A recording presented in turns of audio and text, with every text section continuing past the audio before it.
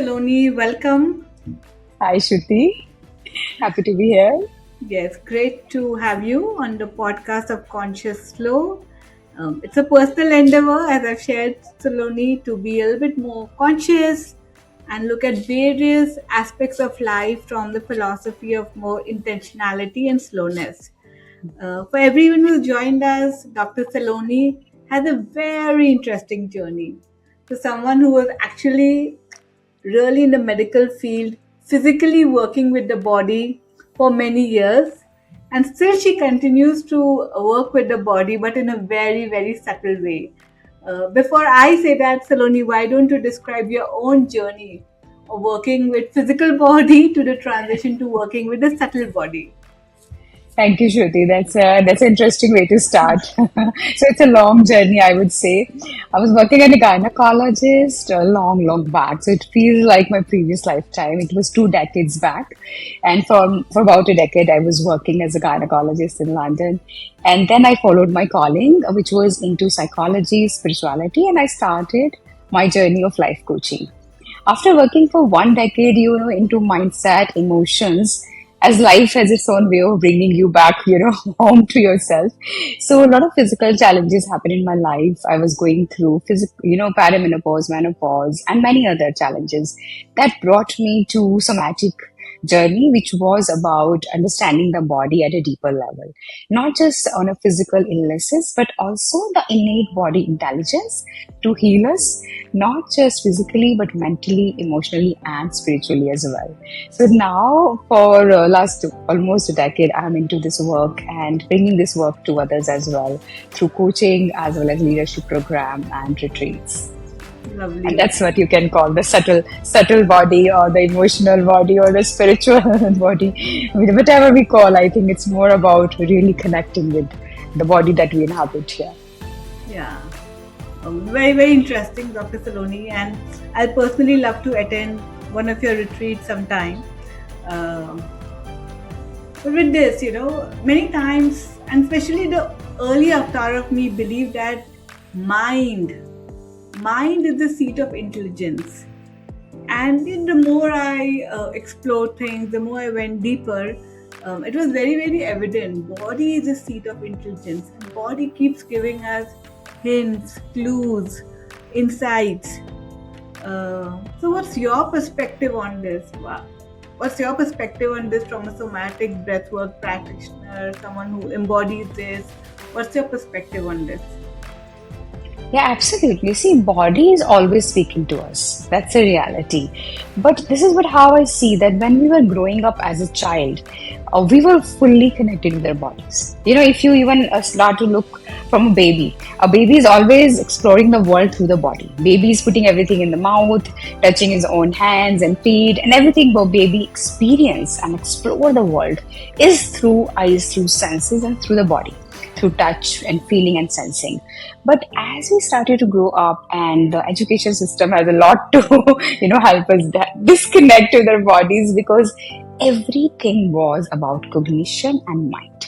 How can you understand things, memorize things? And education was all about that. There was no concept of sensing, feeling, emotions, connecting with the body. So body was always communicating. But while we were growing up, we had this disconnection from the body, which we live into, and we started living the mind. This is what I say, that most of us are living in the head, in our mind, and we operate in our life through the mind. Now, mind is a great faculty. It set us great intelligence, and we do a lot of things through mind. We have done huge progress as mankind through mind and our intellectual capacities. The only thing is that somewhere I think we have lost touch with the body's wisdom. And that's why we can also see the world currently literally is going through a mental health pandemic, because we have overused, I feel like we have overused the mind and underused the intelligence the body has. So if you notice, for example, if something is not right in your life, we instantly sense something. There is always a tightness in the body, contraction in the body. The breath becomes shallow and it shifts. If we tune into our breath has a quality and keeps changing with everything we experience in life. But because we are thinking our way through life, we are not in touch with those subtle, nuances of the body, the signals body is giving. But the signal is always there. And even if we notice a language, people say, I'm feeling heavy today. I'm just feeling, tired today, or I'm feeling contracted in this environment. These words we always use. We don't realize that these words are actually the body's signals. When some people say, I just feel very expanded when I come here, or in this particular environment, I just feel very light. What is it saying? Actually, body is feeling light. Body is feeling as if there is an expansion happening or contraction happening. So this is very real. It's something which we can literally, we don't have to measure, but feel it and sense it. I think this entire aspect of feeling, Saloni, and especially if you have lived in your head for too long, and many times I've also been asked, where do you feel it in your body? And I'm like, a little clueless. I mean, possibly a muscle I haven't developed, possibly I really, I don't know where am I feeling in the body. What would you like to say to someone who says that yes, feel in the body, but where, how? I don't know. Beautiful question, and it's very common, very common. First, I tell people, please don't think that this capacity is not there. You have a body, like for example, when your tummy hurts, we all feel that, right? If there's a headache, you will feel that. It's just in that moment the signal is very strong. That's all is the difference. That's the only difference. And it's like when we ignore our body for long, it sometimes screams, and then we have to listen. But that also means the capacity to listen and tune in is always there. It's just we have to little bit quieten our mind, a little bit. And just start with 2 minutes every day. Just long breath and just drop your shoulders, relax your jaw, and feel whatever you're feeling. Any sensation. If I ask somebody to close their eyes and ask like, what do you feel in the body? Every single person would say, yeah, there's a tightness in my shoulder, there's a tightness in my neck, something in my throat, there is something in my, belly. Everybody would feel that, right? So start with that, any sensation. And the moment you start to do that, few days, you are in traffic break or you are irritated, you're angry with somebody. And these emotions are really good because anger, for example, frustration, irritation, these are high charge emotions, very, very high charge. So if you're angry, if you're somebody who feel that, I don't know where I feel in my body, I would actually ask them to go to extreme emotion. You're very angry with somebody. In that moment, rather than putting it outside, expressing or lashing out, just come inside and feel where is this anger in my body. I have never, it will be very rare, I'm telling you, that somebody cannot feel the anger within the body. They usually would say, oh my God, there's a fire here. People will say, I'm feeling hot, red, flushing, maybe my face is getting red hot, or there's a breath is very fast and it's getting very, very, shallow and fast. Something they will experience. So start with an emotion which is very strong for you. And in that moment, if you drop in the body, see what happens, why we are not able to feel. First, we need to understand that the moment we have an emotion, Shruti, the mind says, why am I feeling this? The first thing people say, why I'm feeling angry? Oh, somebody did this, that's why I'm feeling angry. Yeah, that's right. But what we are doing is something totally different. We are asking a different question. We are saying, where are you feeling it? Why? You can take care later. I'm not denying that. We are not denying the power of thoughts and problem solving and all mind development. What we're saying is first you tackle it in the body. And once you feel it, okay, I'm feeling it here, and then just stay with it, breathe into it. Now what you have done is you have acknowledged your emotion, you have felt the sensations which were there in the body, and that's where the energy is moving at. Emotion is energy in motion. Once you do that, the beauty is that now you have so much capacity to really understand, okay, what is happening? Okay, somebody did something, or somebody harmed me, or this was not right. What I'm going to do about it? That's the next step.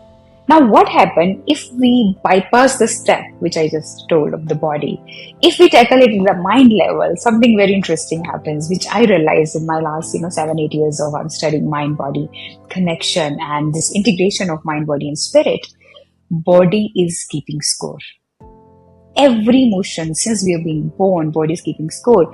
And truly, if I ask anybody, even now, even in 30s, people are coming and telling me that I'm having these aches and pains and these symptoms are happening, and somebody's having thyroid, somebody's having different hormonal challenges. Both man and women are facing any number of challenges. And most of the time, and I'm not saying that science has proved that, there's I can give reference to books like Molecule of Emotion is one of the great research which was done by Dr. Candice Pert on mind-body connection. How whatever you're feeling since you're being born, what all thoughts and perceptions you're going through as child, teenager, everything is being stored in the body.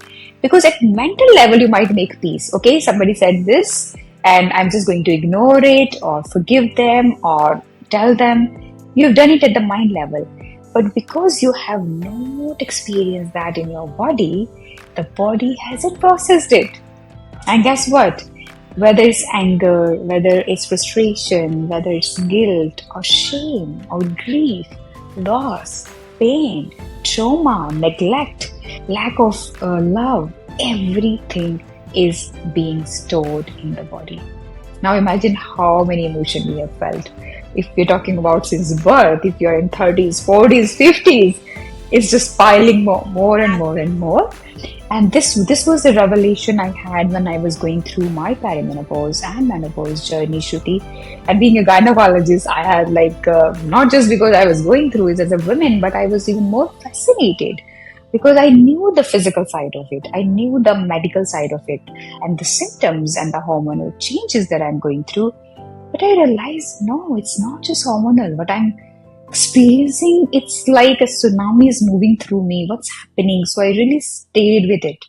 Not for days and weeks, for months I took to really be in touch with my body, be with my pain and experience that it was the pain of loss, grief, where I couldn't speak and share the pain what I was going through with my loved ones, with my family, wherever, that emotion was that I hadn't fully processed.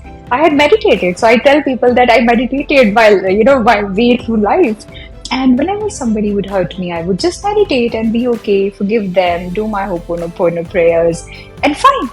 I would feel that I am completely okay and I'm a very loving and caring person. People around me know me like that. Being a coach, anyway, I'm a very conscious, in about life, how I go about life. So I felt like I was doing good and evolving every day in my journey.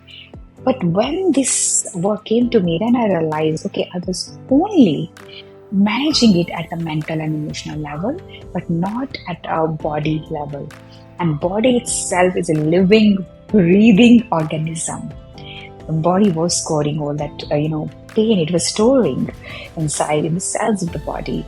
And if you've heard about Bruce Lipton, the biologist who had talked about power of beliefs, and he mentioned that even what we believe at a cognition level, at a mental level, what we believe, it shifts the structure of our DNA.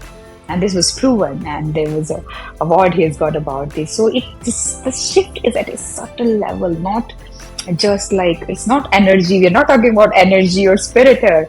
We're talking about literally matter, which is DNA. We are made of, every cell's foundation is DNA. We all know that. So it's in every cell of our body. That's how deep it is. And it's how real it is. Yeah. So what I really take away is body really stores everything. It keeps all the count. And if remain unresolved and unattended, it keeps depositing. And then the deposits would come up in any form. And I think, Saloni, we always address this with grief and trauma and tough scenarios and anger. How about the happy moments, the good moments, where the body feel light and happy, or I'm feeling excited? And if I don't even address that, is there another parallel to it? That's a very interesting question. I think it's about really reinforcing and enhancing our experience. Because I have not thought about it. Very, very fascinating question you have asked, Shruti.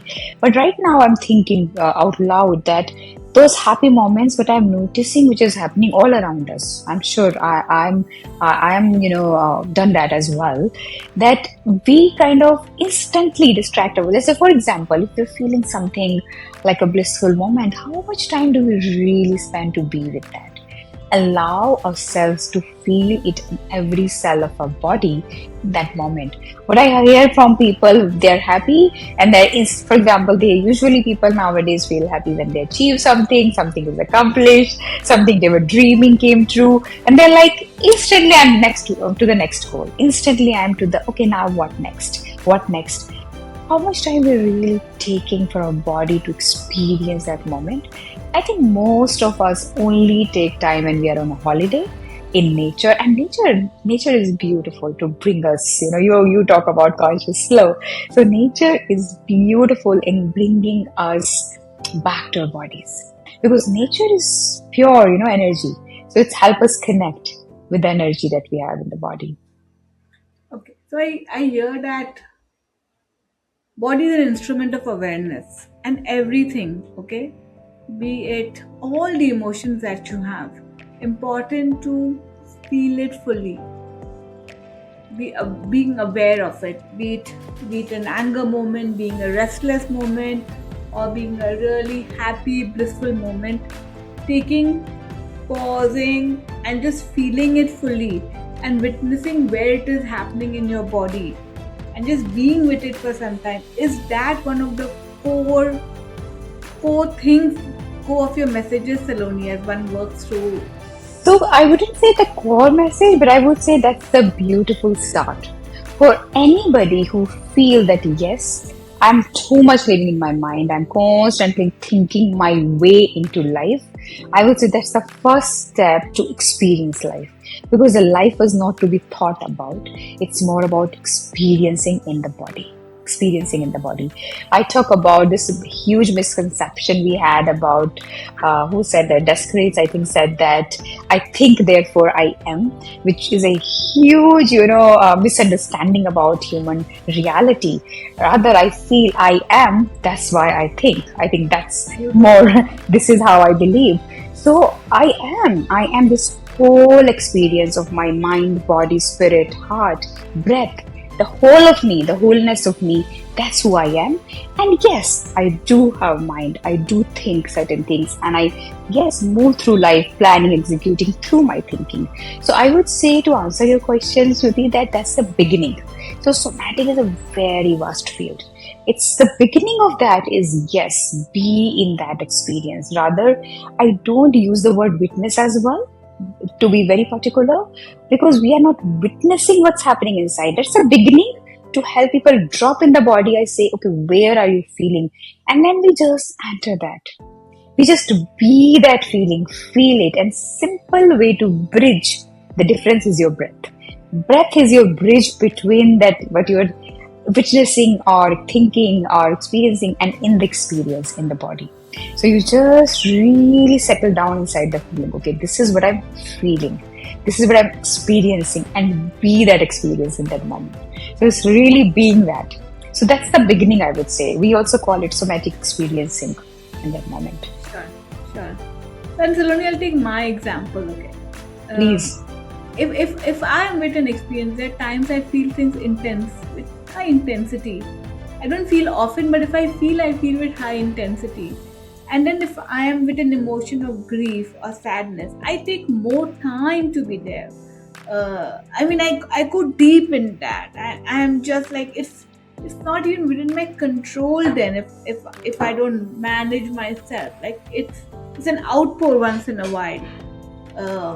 And that's the time I was not so comfortable feeling it so fully because I knew I'll open an outpour. I'll be with it with such high intensity for such a good time, and that was a little tricky, dangerous, or I didn't know is that a good place to be in. Very, very beautifully described, Ruby. And that's the premise most people come from. So, reality, what is the reality, Jyoti? That emotions are not dangerous at all. They are just uncomfortable. I tell people that please Try it. Don't believe me. Just try it. Allow yourself to feel the emotion and notice what happens. Trust me, nothing will happen. They won't bite you, they won't scare you. They're like that little baby, little child within you who is just wanting your presence, your acknowledgement, you just being with them. And the moment you do that, okay, I'm feeling this grief. Where I'm feeling this tightness of pain, stabbing like a needle. It's really paining me. And just be in that pain, breathe in that pain, and you will see that it will gently, as you tend, start to dissipate. What most people do, I'll tell you, they are not feeling it. They are going in the story. They again and again going in their head, why I'm feeling it, why somebody did this to me, and what happened. Oh my God, this happened last year as well. This happened in my last relationship as well. This happened then as well.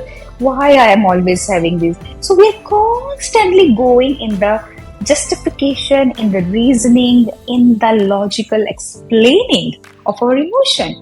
Now, that is not being with your emotion. When I ask people, okay, do you be with your emotion? They say, yeah. I sit, I reflect, I think. That's not being with your emotion. And I have to tell them, that's thinking about your emotion. And that's what we call mental bypassing of your emotions. So we are mentally bypassing the emotion, we are not feeling them. And it's scientifically proved actually. I don't remember the name of there's a TED talk on this. If you truly allow your emotion, it takes 90 seconds. 90 seconds in your body. It's like an electric current. It will come, breathe into it, and pass through your body. That's all your emotion is asking for. So there's a simple statement I use that the purpose of your feelings is to feel them. That's it. The purpose of your feelings is to feel them. And once you feel them, once you acknowledge, once you allow them, they naturally start to dissipate and dissolve in your whole being because you're so much bigger than that emotion. It's like a wave. Imagine a wave comes in the ocean. You are the ocean. But you allow the wave. If ocean resists the wave, imagine what will happen. What will happen, yeah? Right. So I think the message is really, really clear. Don't go into the storyline. Why? But be with Yes. the body. Where? Breath is an important source. Be there. Don't be scared. Don't be scared that it'll sway away and you need a distraction. Just be with it. I think the word you're using is acknowledging it. Hey, I see you. I feel that you're feeling it Yes. intensely there. And I'm there. I mean, I get you, darling. I'm here. there. Yes, I'm there, darling. And it's okay. And it's okay. Trust me, no emotion will ever bite you. I say, no emotion will ever bite you. Actually, they're not mean, they're not bad. They're just that loving, tender part of you, just wanting your love, wanting your presence. That's it. Yeah. So that's the beginning, foundational space, Saloni, of being consciously being with your body, knowing what's Yeah. happening, where it is happening. If I have to go one level deeper and build this as a muscle in me, beside this foundation thing, what else can I do?